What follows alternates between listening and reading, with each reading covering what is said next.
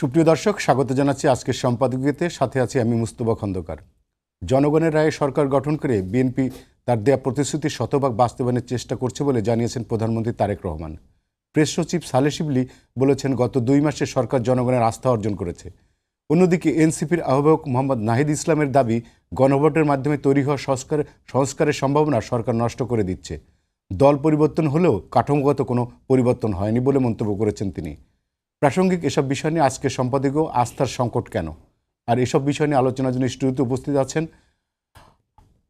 আমার ডান পাশে আছেন আশরাফ কায়সার, লেখক এবং রাজনৈতিক বিশ্লেষক, এবং Mujibur Rahman Manju, chairman AB party. আপনাদের দুজনকেই ধন্যবাদ আমাদের আজকের আলোচনায়। দর্শক, আপনারাও এই আলোচনায় সরাসরি অংশ নিতে পারেন।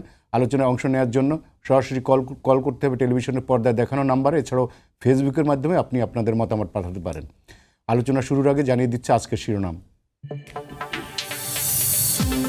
লুটপাট করে দেশ ধ্বংস করে গেছে পতিত স্বৈরাচার, মানুষের কল্যাণে কাজ করছে বিএনপি, বগুড়ার জনসভায় তারেক রহমান। গুপ্তদের নতুন ষড়যন্ত্র নিয়ে সজাগ থাকার আহ্বান।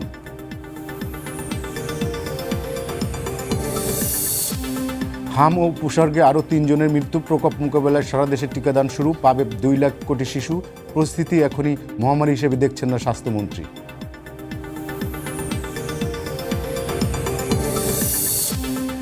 তেল গ্যাসের পর বিদ্যুতের দাম বাড়ানোর তোড়জোড়, আবাসিকে ইউনিট প্রতি প্রায় 2 টাকা বৃদ্ধির প্রস্তাব, লুটপাট বন্ধে সমন্বয়ের পরামর্শ বিশেষজ্ঞের।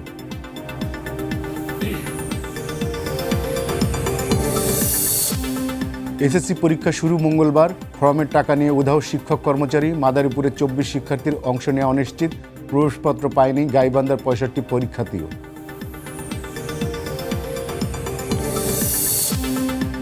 এবং তেহরানের দ্বিতীয় দফার সংলাপ নাকচ করলেও চুক্তি সইয়ের ঘোষণা ট্রাম্পের, ইসলামাবাদের প্রতিনিধিত্ব করবেন জেডি ভান্স, জাহাজ জব্দের প্রতিশোধ নেওয়ার ঘোষণা আইআরজিসির।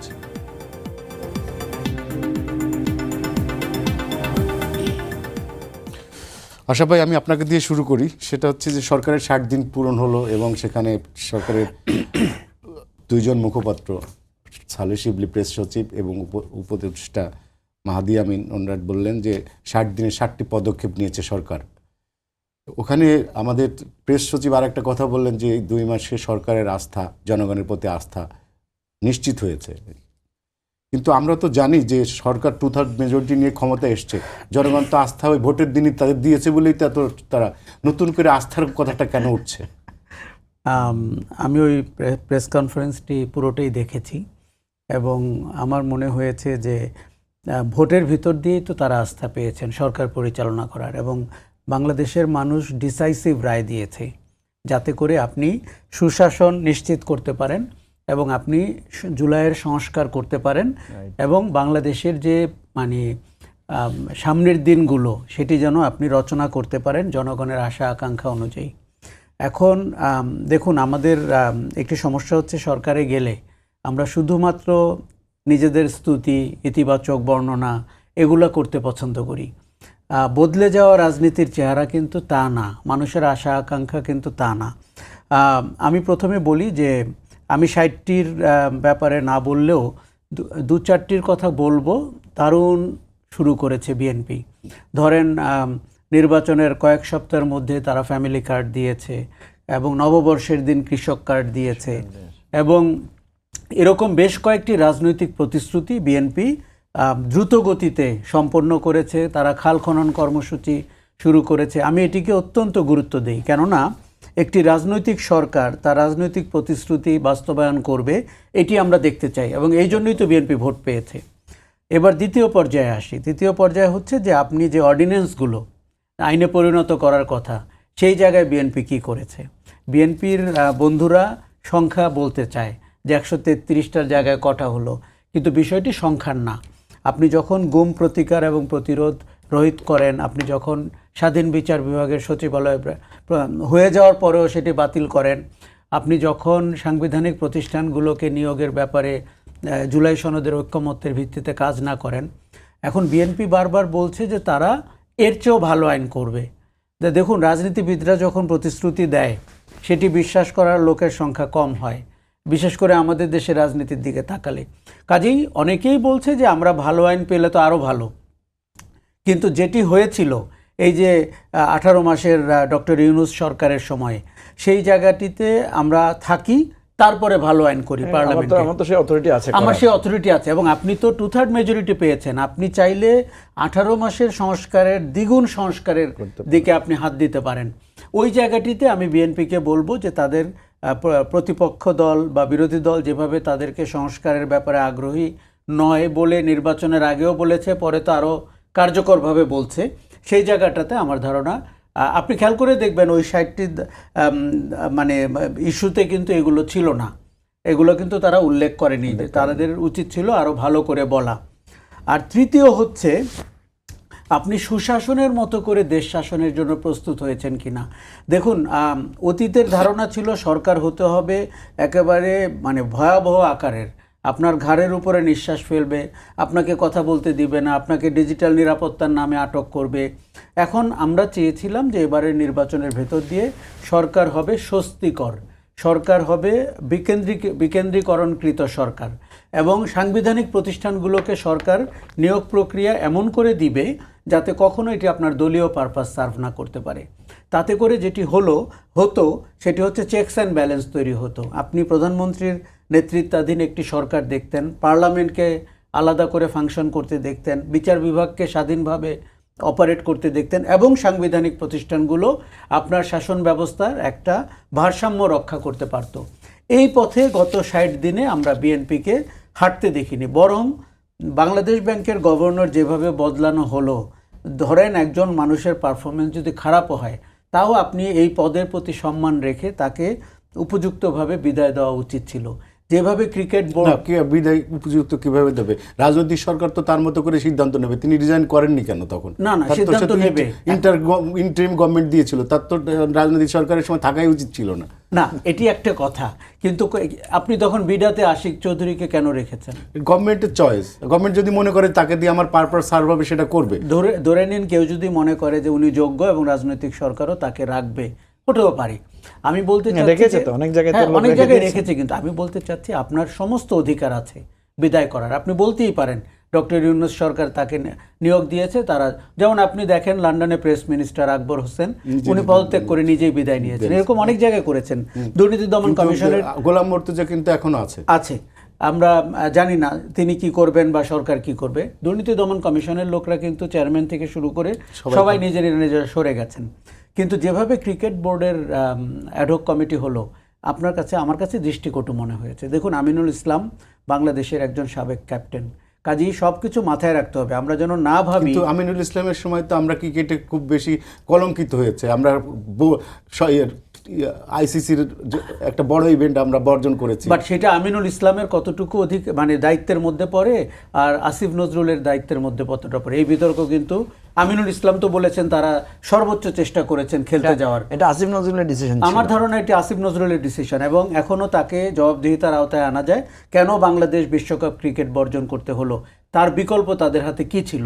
দেখুন, রাজনীতিতে আপনি অনেক কিছু করবেন, ভারতের সাথে তো করতেই হবে, কেননা আমাদের অনেক সম্মানের বিষয় রয়েছে, সমতার বিষয় রয়েছে, কিন্তু আপনাকে তো কৌশলী হতে হবে। আপনি ক্ষেত্রটিকে পিছিয়ে দিয়ে আপনি রাজনীতিকে সামনে আনলে তো হবে না। কাজেই আর আপনি যেভাবে আমিনুল ইসলামের পারফরমেন্স বলছিলেন অথবা আহসানেস মনসুরের কথা বলছিলেন, আমরা এভাবে প্রত্যেকটা লোকের পারফরমেন্স নিয়েও কিন্তু কথা বলতে পারবো। আমি যেটি বলতে চাচ্ছি যে, শোনেন, অতীতে কি হয়েছে, এই দেশে রীতি কি, এগুলো ভুলেও তো আমরা তারেক রহমানকে দেখছি। প্রধানমন্ত্রী তো অতীতে কখনো এইভাবে ব্যবহার করেনি। প্রধানমন্ত্রী তো বাসে করে বগুড়া যাননি অতীতে। প্রধানমন্ত্রী তো একটি শার্ট 3 দিন পরেননি, এবং উনি সাধারণ মানুষের মতো তো রাস্তায় গাড়ি নিয়ে চলাচল করেননি।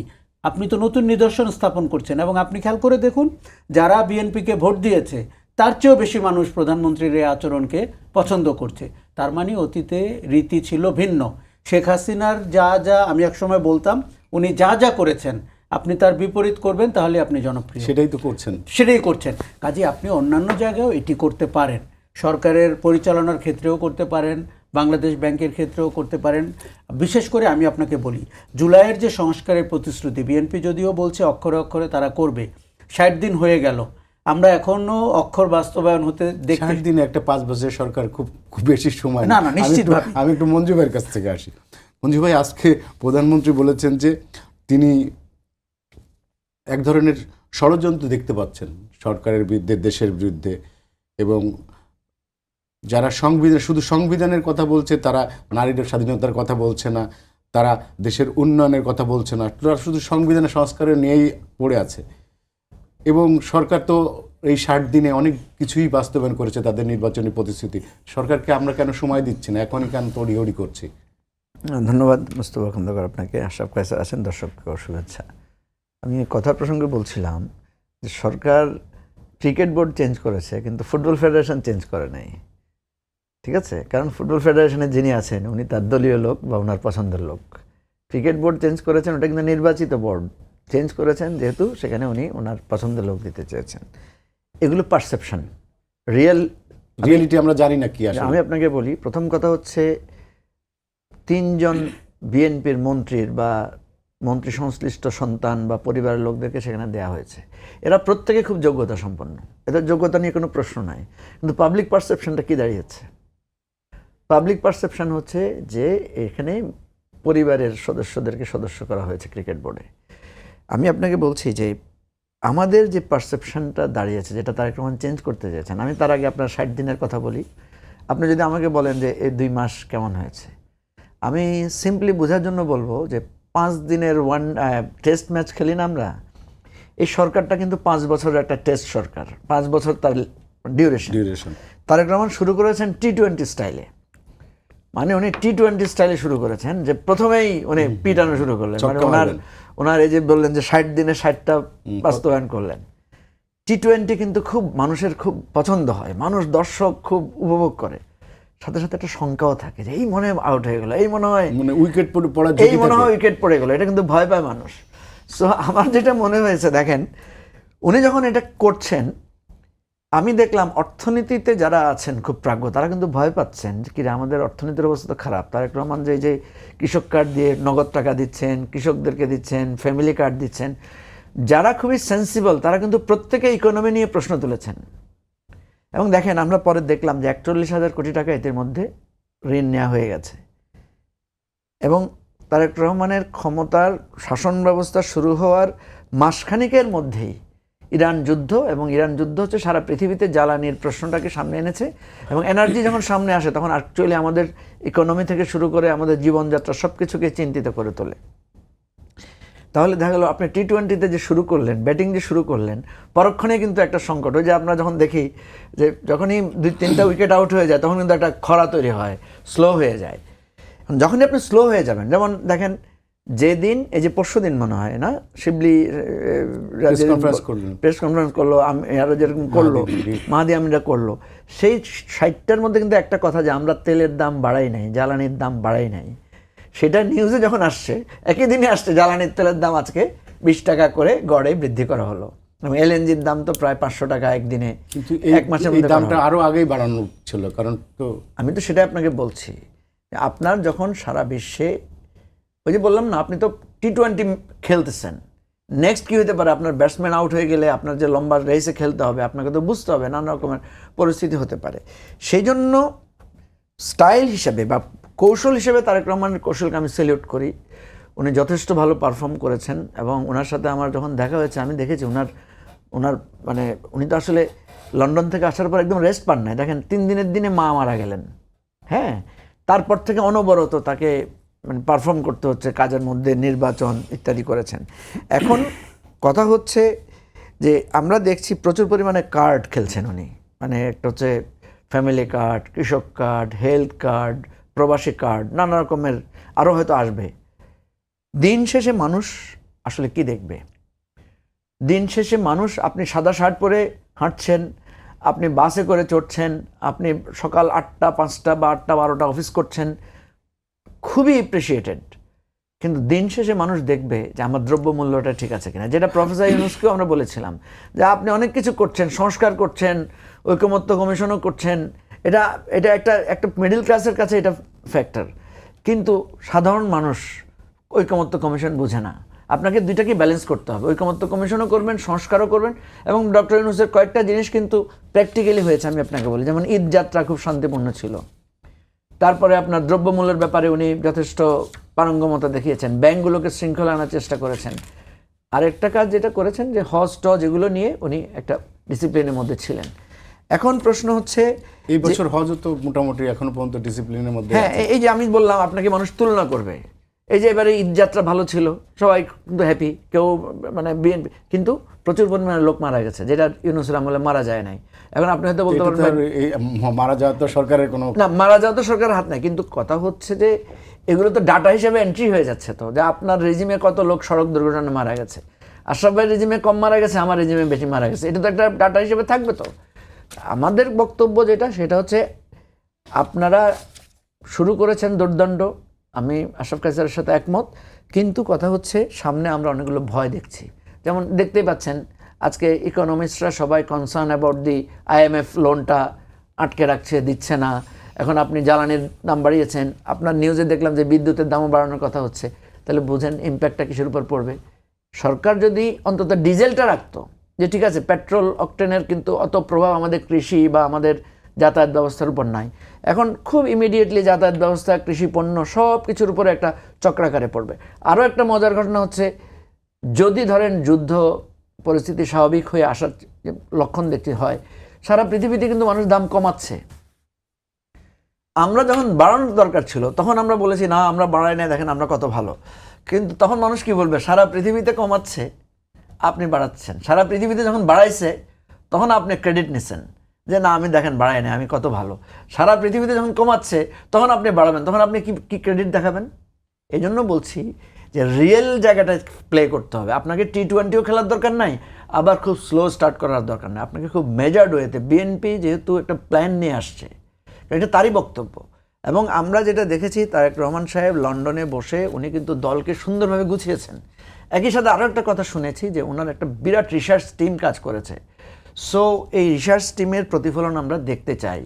আপনি যে এই পারসেপশনটা, আবারও বলছি যে এই পারসেপশনটা দাঁড়িয়ে গেছে, যেটা আশরাফ কায়সারের সাথে আমি একমত, আপনারা যদি এই 20টা অধ্যাদেশকে রেখে দিতেন যে ঠিক আছে এগুলোতে অনেক লুফলস আছে, এগুলোকে আমরা আরও ইম্প্রোভাইজ করব, ঠিক আছে, তাহলে আপনার এই বিষয়টা দাঁড়াতো না যে আপনি জুলাই সনদ, আপনি জুলাই অভ্যুত্থান বাস্তবায়ন করতে চাচ্ছেন না। আজকে কিন্তু দেখবেন মানুষের পারসেপশন দাঁড়িয়ে গেছে যে ওনারা জুলাই যে সনদটা করেছেন, যার কারণে আজকেও তারেক রহমান বগুড়ায় বলেছেন যে জুলাই সনদ অক্ষরে অক্ষরে বাস্তবায়ন করা হবে। দেখেন যেই দলটা মানে সনদে স্বাক্ষর করেছে তাকে কেন বারবার বলতে হচ্ছে আমি অক্ষর অক্ষরে পালন করব? তার মানে দেয়ার ইজ এ মিসট্রাস্টটা, যেহেতু বিরোধী দল বারবার সরকারের প্রতি অনাস্থা দিয়েছেন, আপনি তো সেই সুযোগটা করে দিয়েছেন। সরকার তো বলছে যে আমরা নতুন করে আইন আনবো, দেখেন ল্যাপস হয়ে গেলেই এটাই শেষ। শুনেন আমি আপনাকে বলি, এই যে বলছে ওই যে কথা আপনি প্রশ্নটা তুলেছেন যে কেন বলতে হচ্ছে আস্থা আছে আমাদের উপর, আর ভোট দিয়েই তো আস্থা দিয়েছে। দুইটা আস্থা, আপনাকে দুইটা দায়িত্ব দিয়েছে। একটা হচ্ছে আপনি গণতান্ত্রিক রাষ্ট্র ব্যবস্থা আপনার মেজরিটি দিয়ে চালাবেন, আরেকটা হচ্ছে গণভোটের মাধ্যমে আপনাকে একটা দায়িত্ব দিয়েছে যে আপনি জুলাই সংস্কার বাস্তবায়ন করবেন। এখন আমি তো বলি সরকারের উপর মানুষের আস্থা নাই, কারণ সরকার বলছে তেলের সংকট নাই, মানুষ রাত দিন দাঁড়ায় আছে লাইনে তেলের জন্য। তার মানে কি আপনার কথায় তার ক্রীড়া ভিজছে না, তার মন ভরছে না, সে আপনাকে বিশ্বাস করছে না। আমাদের দেশের একটা কমন নিয়ম হচ্ছে, আমাদের দেশের একটা কমন ফেনোমেনা আছে যে কোনো একটা ক্রাইসিস হলে আমরা মজুত করার একটা টেন্ডেন্সি আমাদের থাকে। হ্যাঁ, এটা তো আপনি জানেন। আপনি যখন প্ল্যান নেন, আপনি যখন কার্যক্রম পরিচালনা করেন, তখন তো আপনি আপনার দেশের আপনি যখন শুনেছেন যে যুদ্ধ শুরু হয়েছে, তখনই তো আপনি আপনার এই স্বগোত্রীয় এই জাতি, এই স্বগোত্রীয় তো আপনাকেই মানে হুজুগে ধানের শেষে ভোট দিয়েছে। আমি যদি বলি, যদি আপনি তাকে হুজুগে বাঙালি বলেন, তাহলে বলতে হবে যে আপনাকে হুজুগেও সে ধানের শেষে ভোট দিয়েছে। সো এই হুজুগকে আপনি আপনার অ্যাসেট হিসেবে ধরেন, আপনি এই হুজুগকে মোটিভেট করতে পারেন নাই, এটা আপনার ফেলিওর। এখনও সময় আছে, আমি মনে করি সবাইকে নিয়ে মানুষকে মোটিভেট করলে আমরা কিন্তু এই ক্রাইসিস ফেস করতে পারবো। ধন্যবাদ আশরাফ ভাই। আমি একটু অন্য বিষয়ে আসি, সেটা হচ্ছে যে আমরা সম্প্রতি দেখলাম যে মঞ্জু ভাইয়ের দল এবি পার্টি থেকে এবং বৈষম্য বিরোধী ছাত্র আন্দোলন থেকে প্রায় 44 জন এনসিপিতে যোগ দিয়েছে। তো এবি পার্টির এবং অন্যান্য ছাত্র এনসিপিতে যোগ দেওয়ার পিছনে আপনি কি কারণ দেখছেন? এনসিপি তো আসলে যোগ দেওয়ার কথা জামাতে, এনসিপিতে কেন যোগ দেবে? কি কোনো নতুন কোনো মেরুকরণ দেখছেন রাজনীতিতে? আচ্ছা, প্রথমত আপনি খেয়াল করবেন গতকাল যারা যোগ দিয়েছে তারা মূলত শিবিরের নেতাকর্মীরা, কিন্তু যারা মানে আপ গঠন করেছিল তারা, তা মঞ্জু ভাইয়ের দল থেকেও গেছে। এনসিপিতে যোগ দিলে আপনার সুযোগ সুবিধা বেশি জামাতে যোগ দেওয়ার চেয়ে, কারণ জামাতে যোগ দিলে জামাত একটা রেজিমেন্টেড পার্টি, ওখানে 15-20 বছর লাগবে আপনার কোনো কিছুতে প্রার্থিতা পেতে। এনসিপি আপনি দেখুন 6 জন এমপি হয়ে গেছে, আজকে 2 জন নারী সংরক্ষিত কোটায় এমপি হয়ে যাচ্ছে। কাজে এনসিপিতে প্রবাবিলিটি ইজ হায়ার, এক, কারণ আপনি যত তরুণ নবীন তারা এনসিপিতে যোগ দিয়ে এই জোটের যা যা সুবিধা আছে সেটি পাওয়ার ক্ষেত্রে। আর দ্বিতীয় হচ্ছে যে এনসিপি জামাত জোটে গিয়ে, যদিও আমি ব্যক্তিগতভাবে চাইনি যে এনসিপি কোনো জোটেই যাক, আমরা চেয়েছিলাম যে এনসিপি একটা তৃতীয় রাজনৈতিক স্রোত হিসাবে বাজারে থাকুক এবং এনসিপি গণতান্ত্রিক একটা মোর্চা তৈরি করুক, রাষ্ট্র সংস্কার থেকে এবি পার্টি থেকে মান্না ভাইদের দল সবাই মিলে, যাতে করে তারা হয়তো একটি সিটও পেত না পার্লামেন্টে, কিন্তু তারা একটা রাজনৈতিক ভরসার জায়গা হিসাবে, একটা প্রেশার গ্রুপ হিসাবে মার্কেটে থাকতে পারতো। কিন্তু এনসিপিকে আমরা দেখলাম তারা বলল তারা নিরাপত্তার ঝুঁকিতে আছে বলে তারা জামাত ইসলামীর, আপনি ভুলে যাবেন না জামাত ইসলামী এই দেশে একটি বিতর্কিত রাজনৈতিক দল, যার 1971 সালে মানবতা বিরোধী অপরাধের জন্য বিচার হয়েছে এবং চলছেও কিছু কিছু বিচার। আপনি কাজে এনসিপিতে যোগ দেওয়ার মূল কারণটি হচ্ছে এটা। এখন আর দেখুন নির্বাচনের পরপরই আমরা এটি দেখতে পাই, ছোট দলগুলো আর বাজারে অস্তিত্ব টিকিয়ে রাখতে পারে না, কারণ আপনি নিজেই বলছিলেন আরও 5 বছর পরে আগামী নির্বাচন। এই 5 বছর চলা এবং রাজনৈতিক পরিভাষা ব্যবহার করে কর্মসূচি দিয়ে আমার ধারণা ছোট দলগুলোর জন্য অনেক কঠিন। আর যেহেতু দেশ মোটা দাগে বিভক্ত হয়ে গেছে, বিএনপি 2/3 মেজরিটি পেয়েছে এবং জামাতে ইসলামী ইতিহাসে সবচেয়ে ভালো রেজাল্ট করেছে, আমি তো বলবো অবিস্মরণীয় রেজাল্ট করেছে। বাংলাদেশের স্বাধীনতা চায়নি যে দলটি, সেই দলটি আজকে পার্লামেন্টে আপনার 76-77 বিরোধী দল, প্রধান বিরোধী দল, আপনি কি চান? এবং সবচেয়ে বড় মেজরিটি, এবং তাকে শহীদ মিনারে যেতে হচ্ছে নিয়ম রক্ষার জন্য, স্মৃতিসৌধে যেতে হচ্ছে, যেটা তার রাজনীতির অংশই না। সে তো এই স্মৃতিসৌধ, শহীদ মিনার এগুলোতে বিলিভ করে না। আচ্ছা, কাজে আমাদের এই বাস্তবতাও কিন্তু মেনে নিতে হলো 24-এর পরে, যে স্বাধীনতা বিরোধীদের দল এবং ধর্ম যিনি জান্নাতের টিকিট বিক্রি করেছেন নির্বাচনের আগে, তাদেরকে আমরা পার্লামেন্টে প্রধান অপোজিশন হিসাবে দেখতে হলো। দেখুন আপনাকে বলি, তারেক রহমান বগুড়ায় যে কথাটি বলেছেন ষড়যন্ত্রের কথা, আমি ঠিক ষড়যন্ত্র বলবো না, কিন্তু আমি বলবো যে তারা একটা কঠিন রাজনীতি বেছে নিচ্ছে, জামাত ইসলামী এবং এনসিপি এই জোটটি। দেখুন জামাত কি বাংলাদেশের সংবিধানে বিলিভ করে? তাদের সংবিধান কি? তাদের তো ইসলামী, তাই না? তাদের রাজনীতির সংবিধান তো ভিন্ন, কিন্তু তারা আমাদের সংবিধান সংস্কার নিয়ে এত আগ্রহী কেন? কারণ হচ্ছে যে আপনার সরকারকে তারা চাপের মুখে রাখতে চায়। এটি কিন্তু নির্বাচনের আগের থেকেই তারা শুরু করেছে। তারা বারবার বলেছে বিএনপি টেন্ডারবাজি, চাঁদাবাজিতে আগ্রহী এবং বিএনপি সংস্কারে আগ্রহী না, বিএনপি সরকারে গেলে আবার দুর্নীতি জেঁকে বসবে ইত্যাদি ইত্যাদি। কাজেই তাদের রাজনীতির, আপনি তাহলে যদি এটি বুঝে থাকেন, ধরে নিলাম তারেক রহমান ষড়যন্ত্রের কথা বলেছেন, ধরে নিলাম এটা বিরোধী রাজনীতির কৌশল, কাজেই বিরোধী দলকে আপনি এই কৌশল তার হাতে তুলে দিচ্ছেন কেন? আপনার কি সমস্যা ছিল মানবাধিকার কমিশন নিয়ে কাজ করলে? কি সমস্যা ছিল গুম প্রতিরোধ এবং প্রতিকার নিয়ে কাজ করলে? অথবা যেই বিচার বিভাগ সরকারি দল বিরোধী দল যে যখন যেখানে ছিল স্বাধীন বিচার বিভাগের পক্ষে বলেছে। কাজে আমি বলবো যে সরকারের বা সরকারি দলের রাজনীতির একটি ভুল কৌশলে জামাতে ইসলামী এবং এনসিপির মতো রাজনৈতিক দল পার্লামেন্টে এবং বাইতুল মোকাররমের উত্তর গেটে কিন্তু সমবেত হচ্ছে। আপনি যখন দেখতে পাচ্ছেন যে অন্যান্য দল থেকেও যোগদান করছে, তার মানে রাজনীতির বাতাসে একটা নতুন সমীকরণ তৈরি হচ্ছে। অন্যান্য দল মানে নিজেদের হোক নিজেরা সমমনা দল। আপনি খেয়াল করে দেখবেন যে বিএনপির সাথে নির্বাচনের সময় কয়টা দল ছিল, খেয়াল করে দেখেন। জামাত ইসলামের সাথে কিন্তু 11টা দল ছিল এবং যাদের কেউ কেউ সিগনিফিক্যান্ট ভোট ক্যারি করে বাংলাদেশের রাজনীতিতে। ইসলামী শাসনতন্ত্র আন্দোলন যদি জোটের ভিতরে থাকতো, আপনি ফলাফলে আরও পরিবর্তন দেখতে পারতেন। আমরা কিন্তু সমাজের একটা পরিবর্তন দেখতে পেয়েছি ধর্মের বিশ্বাসের জায়গায়। এবং আপনি খেয়াল করেছেন 18 মাসের ইন্টারিম গভর্নমেন্টের সময় জামাতি ইসলামী এবং এই যে দক্ষিণপন্থী শক্তি, অনেকে তো বলে যে ইন্টারিমটাই ছিল জামাত ব্যাক্ট একটা সরকার, তো তাদের তো ফ্যাসিলিটেট হবে। তারা তো খুব ভুল বলে না। ইন্টারিম গভর্নমেন্ট নিজ হাতে এনসিপিকে দাঁড় করিয়েছে এবং তাদের উচিত ছিল এনসিপির ভবিষ্যৎটি এইভাবে নষ্ট না করে এনসিপিকে একটি সাবালক রাজনৈতিক দল পর্যন্ত এগিয়ে দেওয়ার জন্য। দেখুন নাহিদ ইসলামরা রাজনীতিটি করলো না, নাহিদ ইসলামরা সেই পথে হাঁটলো যেই পথে হাঁটলে পার্লামেন্টে যাওয়া যায়। ক্ষমতায় যাওয়া যায়। তারা 3 জন উপদেষ্টা হয়ে ক্ষমতার স্বাদ পেয়ে গেছেন। স্বাদ পেয়ে বাংলাদেশের লোককে প্রতারণা করে যারা 5ই আগস্ট বা জুলাই আগস্টে রাস্তায় নেমেছিল তারা কি পেল? তারা রাজনীতির পরিবর্তন পেল না, সংস্কার পেল না, তারা উপদেষ্টা হলো না এবং তারা পার্লামেন্টে এমপিও হলো না।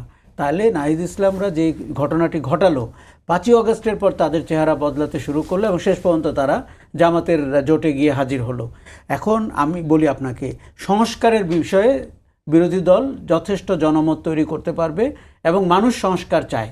এটি ক্ষমতায় বিএনপি কি বিএনপি না এইভাবে দেখলে হবে না। দেখুন, আমি যদি সংস্কার চাই, এখন আপনি আমাকে বলতেই পারেন আমি সরকার বিরোধী কথা বলছি। আসলে তো সরকারের অবস্থান স্ট্যাটিক না, আমার সংস্কারের দাবিটি ধারাবাহিক। এটি আমি ইউনূস সরকারের সময়ও চেয়েছি, আওয়ামী লীগ সরকারের সময়ও চেয়েছি, কথার কথা। কাজেই সরকারকে বিবেচনায় নিতে হবে বিরোধী দলের হাতে সে অস্ত্র তুলে দিবে কি দিবে না। তারা এই সংবিধান সংস্কার বলি, জুলাই সনদ বাস্তবায়ন বলি, এটি নিয়েই আগামী 5 বছর রাজনীতিটি করবে। পার্লামেন্টের ভেতরে ঘন ঘন ওয়াকআউট করবে, উত্তর গেটে যাবে এবং তারা বোঝানোর চেষ্টা করবে যে বিএনপি সংস্কারের পক্ষের দল না। এবং এনসিপি আপনি খেয়াল করেছেন যারা যোগদান করেছে তাদেরকে এই কথাগুলোই বলেছে যে তারা কেন যোগদান করলো। এবং গতকাল আমার সাথে একজন এনসিপির নেতা আর একটি শোতে ছিলেন, তারা বলেছেন যে আমরা যতই স্বাধীনতা বিরোধী হোক, আমরা বুঝেছিলাম যে জামাত সংস্কার চায়, বিএনপির জোটে এই জন্য আমরা যাইনি। যদিও ভেতরের গল্প ভিন্ন, কিন্তু এই কথাটি তো তারা মুখে বলছে। কিন্তু বিএনপি সরকার চায় না এমন তো কোনো কথা কেউ বলছে না। আমি কিন্তু মনে করি না। আমি কিন্তু মনে করি বিএনপি সংস্কার চায়। বিএনপির ভঙ্গিমা ভিন্ন, বিএনপির চাওয়া ভিন্ন এবং তার নোট অফ ডিসেন্ট আমরা সবাই খেয়াল করেছি। এবং যেভাবে ইউনূস সরকার আপনার জুলাই আদেশটি জারি করেছে, সেইখানে অথবা আপনার গণভোটে যেভাবে 4টি প্রশ্নমালা তৈরি করেছে, এর মধ্যে যথেষ্ট ফাঁকি ঝুঁকি এবং ভণ্ডামি ছিল। এই ভণ্ডামিটি আমরা নির্বাচনের আগেও বলেছি, নির্বাচনের দিনও বলেছি যে এইখান থেকেই রাজনৈতিক সংকটটি শুরু হবে। কেননা আপনি যদি সাদা কালো করতেন, আপনার এমনও তো করতে পারতেন যে যারা জুলাই সনদে নোট অফ ডিসেন্ট সহ যেভাবে স্বাক্ষর করেছে, এটির বাস্তবায়নে আপনি হ্যাঁ কিংবা না বলুন, তাহলেও কিন্তু জিনিসটা পুরোটাকে ধারণ করা হতো। ইউনূস সরকার বা অন্তর্বর্তী সরকার এই জিনিসটি পরিষ্কার না করে তারা একটা গণভোটের আয়োজন করেছে। এবং আমি বলবো যে গণভোটে যেহেতু আপনি 70% মানুষ সংস্কারের পক্ষে বলেছে, অতএব বিএনপিকে সংস্কারের পক্ষে জোরালো অবস্থান নিতে হবে, নাহলে কিন্তু ইস্যুটি বিরোধী রাজনীতির হাতেই থাকবে। মঞ্জু ভাই, সেটা হচ্ছে যে নাহিদ ইসলাম বলেছেন যে যারা কোনো ধরনের অপরাধের সাথে জড়িত না, তারা ছাত্রলীগ করলেও তারা ওয়েলকাম এনসিপিতে। কিন্তু কিছুদিন আগে পর্যন্ত আমরা এনসিপির অবস্থান এরকম দেখিনি। আরেকটা বিষয় বাজারে চালু আছে যে এবি পার্টি বিলুপ্ত হয়ে এনসিপির সাথে একীভূত হচ্ছে। মানে বিষয়টা কি আসলে?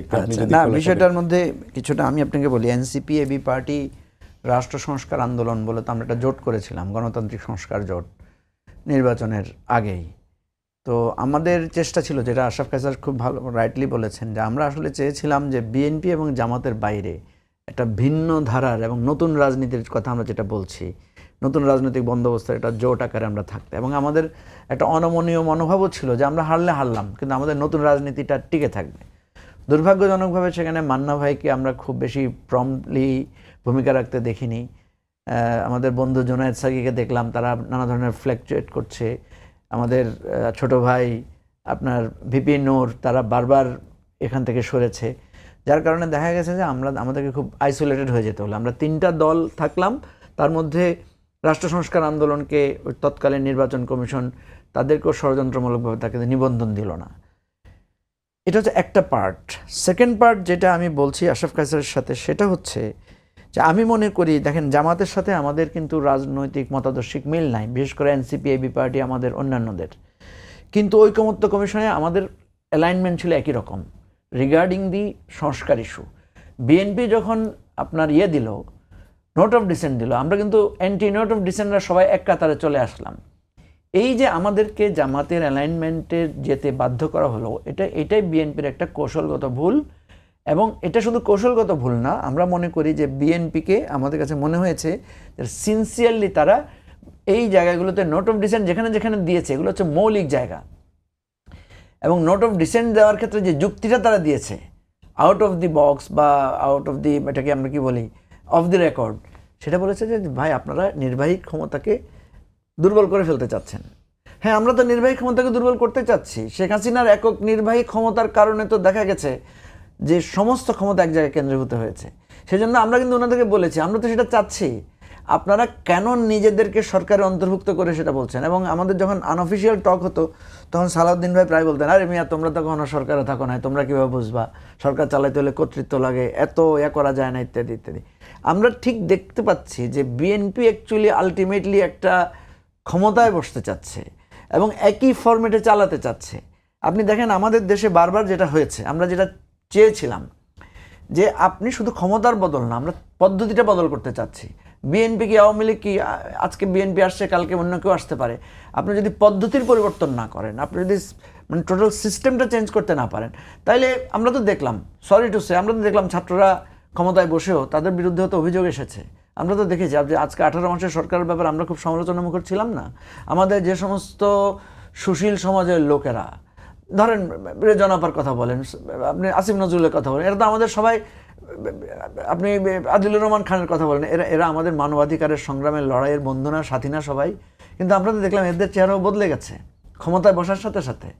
ঠিক আছে, এই যে ক্ষমতায় বসলে চেঞ্জ হয়ে যাচ্ছে, ক্ষমতায় বসার পরে আপনি দেখেন সালাউদ্দিন ভাইয়ের ক্ষমতার আগের বক্তব্য পরের বক্তব্য পার্থক্য আছে।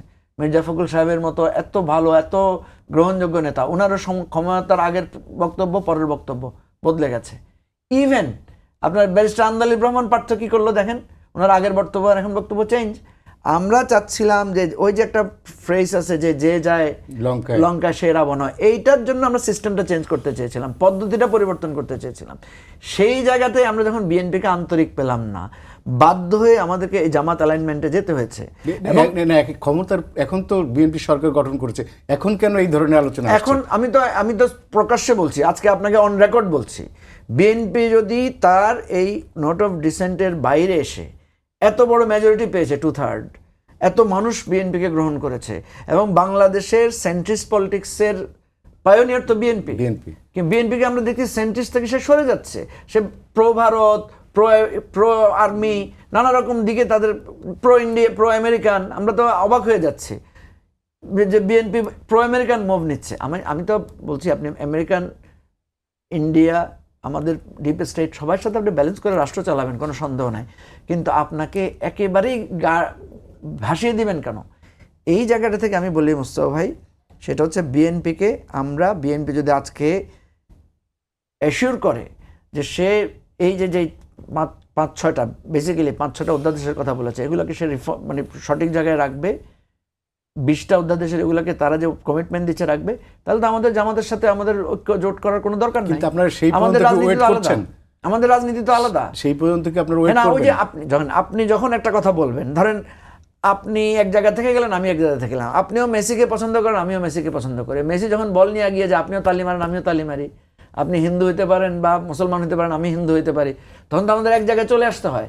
জামাতের সাথে অ্যালাইনমেন্টটা এসেছে এই জায়গায়। আরেকটা কথা বলি, সেটা হয়তো আশরাফ কায়সার এরপর ধরবেন আমাকে, জামাতের সাথে বিএনপি জোট করেছে, আওয়ামী লীগ জোট করেছে, বিভিন্ন দল জোট করেছে, প্রত্যেকটা জোট করেছে কিন্তু কোন প্রসঙ্গে? গণতান্ত্রিক দাবি বা নির্বাচন বা এগুলো প্রসঙ্গে। কেউ কিন্তু বিএনপিও জামাতের সাথে জোট করেছে, কিন্তু 71 প্রসঙ্গে জামাতকে বিএনপি ছাড় দেয় না, যদিও বিএনপির বহু বক্তব্য আছে যে জামাতের লোকেরা এত অপরাধী না, এটা না, নানা রকমের কথা আছে। আমরা কিন্তু ওই প্রসঙ্গে জামাতের সাথে জোট করি না, ওইটা নিয়ে আমাদের কিন্তু মতের কোনো মিল হয় নাই, আমরা শুধু রাজনৈতিক জায়গাটাতে করেছি। আর যেটা আপনি বলেছেন যে যাদের কাছে জনগণের রায় আছে, আপনাকে তাকে স্যালিউট করতে হবে, আপনাকে মানতে হবে। আপনি নিজামী সাহেবকে মন্ত্রী বানিয়েছেন না বেগম খালেদা জিয়া, নিজামী সাহেব তো ইলেক্টেড হয়ে আসছেন, দেলোয়ার হোসেন সাঈদী এমপি হয়েছে না পার্লামেন্টে, জনগণ ইলেক্টেড করে এসেছে। আমার একটা ঐতিহাসিক কথা মনে পড়ে যে এই বঙ্গবীর কাদের সিদ্দিকীর একটা কথা, উনি পার্লামেন্টে দাঁড়িয়ে বলেছিলেন যে আমি মৌলানা নিজামীকে পছন্দ করি না, ওনার স্বাধীনতা বিরোধী ভূমিকার জন্য আমি ওনাকে কখনোই পছন্দ করব না, কিন্তু উনি জনগণের ভোটে নির্বাচিত হয়ে এসেছেন, উনি এমপি, এই জন্য ওনাকে আমি সম্মান করব, উনি জনগণের প্রতিনিধি। তো আমাদের জায়গাটায় যেটা দাঁড়াচ্ছে, একটু সংক্ষেপে আমি যেটা বলি সেটা হচ্ছে যে এই জায়গায় বিএনপিকে আমরা চাই যে বিএনপি প্রো পিপল, তার যে জনগণের তাকে যে ম্যান্ডেট দিয়েছে, আমি এখনো মনে করি বিএনপিকে গণভোটে মানুষ তার নোট অফ ডিসেন্টের থেকে সরে এসে এগুলোর ব্যাপারে তাকে সিদ্ধান্ত নিতে হবে। আশরাফ ভাই, আর যদি না নেয় সেটা নিয়ে আমাদের কথা আমি থাকবে। একটু অন্য প্রসঙ্গে যে আজকে আমরা দুইটা সরকারি দল এবং বিরোধী জোটের নারী সংসদ সদস্যদের নাম দেখলাম, আপনিও দেখছেন, জি, তো কেমন মনে হলো যে সংসদটা কেমন হবে এবারে? আমরা তো মমতাজদের দেখতাম এক সময়। আমি নিজেই একটি স্ট্যাটাস দিয়েছি যে নায়িকা এবং গায়িকা নেই, এটি আমার প্রথম স্বস্তি। দেখুন, আমি নায়িকা গায়িকা বিভিন্ন সাংস্কৃতিক কর্মীদের বিরোধী না, কিন্তু ওই পরিচয়ে যদি আপনি পার্লামেন্ট মেম্বার হয়ে যান, তাহলে একটি রাজনৈতিক দলের যে ত্যাগী কর্মী বা যারা রাজপথে আন্দোলন করেছে, বিএনপির জন্য তো 16 বছর ছিল দুঃসহ, ভয়াবহ, তার একজন ছাত্রনেত্রী বলেন অথবা তার কর্মী বলেন, কাজেই তাদের মূল্যায়ন হয়েছে আমার কাছে মনে হয়েছে। আমি তাদের পুরো লিস্টে দেখেছি যে তাদের অনেক ব্যক্তিবর্গকে তারা দিয়েছেন। কিছু কিছু জায়গায় তাদের নেতাদের কন্যা কিংবা আত্মীয় স্বজন বা প্রয়াত নেতাদের আত্মীয় স্বজনকে দেখতে পেয়েছি। তারপরে আমি বলবো যে বিএনপির তালিকা এবং মানে মায়ের ডাকের তুলিকে দেখতে পেয়েছি, অনেককে দেখতে পেয়েছি। বিএনপির তালিকা আমার কাছে অতীতের যে কোনো সময়ের চেয়ে অনেক বেশি রাজনীতি ঘনিষ্ঠ এবং তরুণ, এবং যাদের সম্ভাবনা রয়েছে পার্লামেন্টে গিয়ে। আমি আশা করব যে পার্লামেন্টে যাওয়ার পরে তারা যেন সোচ্চার থাকেন, মানুষের পক্ষে যেন সোচ্চার থাকেন। দলের তো তারা থাকবেনই, কিন্তু আচ্ছা, জামাতের যেটি আমার ভালো লেগেছে, জামাতের জোটে যেটি ভালো লেগেছে, জামাত চাইলে কিন্তু তার প্রার্থী আরও বাড়িয়ে রাখতে পারত, কিন্তু একটা মানে জোট সঙ্গীদেরকে সে 4টি আসন ছেড়ে দিয়েছে, এনসিপিকে 2টি, খেলাফতে মজলিসকে 2টি এবং জাকপাকে 1টি। এটি আমার মনে হয়েছে জামাতের জন্য, আর নিজেদের নেতৃবর্গকে তো রাখবেনই। কাজেই আমি পার্লামেন্টে এই তরুণ নারী এমপিদের উপস্থিতি দারুণভাবে সামনের দিকে তাকাচ্ছি। তাদের একটা রোল করতে হবে আমাদের। দেখুন, আমরা বারবার চাচ্ছি অতীতের রাজনীতি থেকে আমরা বেরোই। এদের সংরক্ষিত আসনে গেলেও তারা জনঘনিষ্ঠ কথা বলতে পারবেন না, দ্রব্যমূল্য নিয়ে কথা বলতে পারবেন না, তেলের লাইনের দাঁড়ানো লোকের দুঃখ দুর্দশা বলতে পারবেন না। এটি আমাদের ভুল রাজনীতি। তারা যেন এই কথাগুলো পার্লামেন্টে বলেন। আপনাকে আমি একটু বলি, আপনি তো 60টি ইস্যুর কথা বলছিলেন। জ্বালানি সংকট নিয়ে আমার ধারণা এই নবীন সরকার, 60 দিনের সরকার, এখন পর্যন্ত সঠিক কথাগুলো বলছে না এবং সঠিক পদক্ষেপগুলো নিচ্ছে না। ধরুন, প্রতিমন্ত্রী, জ্বালানি প্রতিমন্ত্রী বলেছেন উনি 3টি পেট্রোল পাম্পে গেছেন, কোনো লাইন দেখেননি। আপনি ঢাকা শহরে থাকেন, আমি থাকি, আমরা এমন পাম্প নিশ্চয়ই খুঁজছি। জ্বালানি সংকটটা তো আসলে বৈশ্বিক, অফকোর্স বৈশ্বিক, এটা তো আমরা বৈশ্বিক বলেই কিন্তু আপনাকে আরও জোরালো হতে হবে। এটি কিন্তু শুধুমাত্র দেশীয় মজুদের উপরে নির্ভরশীল না, কারণ সর্বোচ্চ আমাদের 2 মাসের মজুদ থাকতে পারে। তার মানে 3য় মাসে কি হচ্ছে, আপনি আমদানি করতে পারছেন কি না। আচ্ছা, আরেকটা কথা বলি যে লাস্ট লাইন, এই যে অ্যাডজাস্টমেন্ট, প্রাইস অ্যাডজাস্টমেন্ট শুধু ভোক্তা পর্যায়ে করতে হবে, সরবরাহের ক্ষেত্রে কি হবে, উৎপাদনের ক্ষেত্রে কি হবে, সিস্টেম লসের ক্ষেত্রে কি হবে। একটি ভালো গণতান্ত্রিক সরকারের মানে জনগণের উপরে নতুন প্রাইস দেওয়ার আগে এই প্রশ্নগুলোর উত্তর দেওয়া জরুরি। 30 সেকেন্ডে যদি মঞ্জু ভাই নারী সংসদ সদস্য। প্রথম কথা হচ্ছে যে আমি আশরাফ কাছের সাথে একমত। প্রথম কথা হচ্ছে এই নারী সংসদ সদস্য বোনদের কাছে আমার অনুরোধ থাকবে, বক্তৃতা দিতে গিয়ে 5 মিনিট 7 মিনিট তারেক রহমানের বন্দনা করবেন না, খুব সংক্ষেপে বলবেন, ধন্যবাদ দিবেন, আপনাদের করা হয়েছে। ইভেন বিরোধী দলের নেতাদের মধ্যে কিন্তু এই বন্দনার লক্ষণটা কম। সরকারি দল যেটা করে, যতটুকু সময় পায় তার মধ্যে বন্দনা করতে করতে কাটিয়ে দেয়। এটা কিন্তু অতীত রাজনীতি, আমরা এখান থেকে বেরোতে চাই। 2 নম্বর হচ্ছে যেটা করা হয়েছে, যেমন জামাতের উনি প্রশংসা করলেন, আমি মনে করি জামাত কিন্তু এখানে এক ধরনের কৌশলগত পজিশন নিয়েছেন। এই কৌশল অনেক সময় জামাতের জন্য ক্ষতিও হতে পারে। আবার দ্বিতীয় যেটা হচ্ছে সেটা হচ্ছে এমনও হতে পারে যে অন্যান্য দলগুলোকে নিজেদের মধ্যে অষ্টপৃষ্ঠে মেরে ফেলার একটা কৌশল হতে পারে। আমরা কিন্তু সেইটার মধ্যে ঢুকি নাই। এনিওয়ে, প্রথম কথা হচ্ছে যে এই নারীদের তো আমরা আরও বাড়াতে চেয়েছিলাম। 100 আসনের ব্যাপারে আমরা নীতিগতভাবে একমত হয়েছি, আমরা পথটা বের করতে পারি নাই। নারীরা থাকলে পার্লামেন্ট কিন্তু জমজমাট থাকবে নানা কারণে। কারণ তখন দেখবেন অনেক পুরুষ সদস্যরা কথা বলতে অনেক মেপে কথা বলবেন, ভুল ত্রুটির ব্যাপারে সতর্ক থাকবেন। আর নারীরা থাকলে ঝগড়াঝাটিও একটু কম হওয়ার সম্ভাবনা আছে। মঞ্জু ভাই, আমাদের হাতে আর সময় নেই। ধন্যবাদ আপনাদের দুজনকে ধন্যবাদ, আশরাফ ভাই, মঞ্জু ভাই। এই ছিল আজকের সম্পাদকীয়তে। আগামীকাল আবার দেখা হবে একই সময়ে। শুভরাত্রি সবাইকে।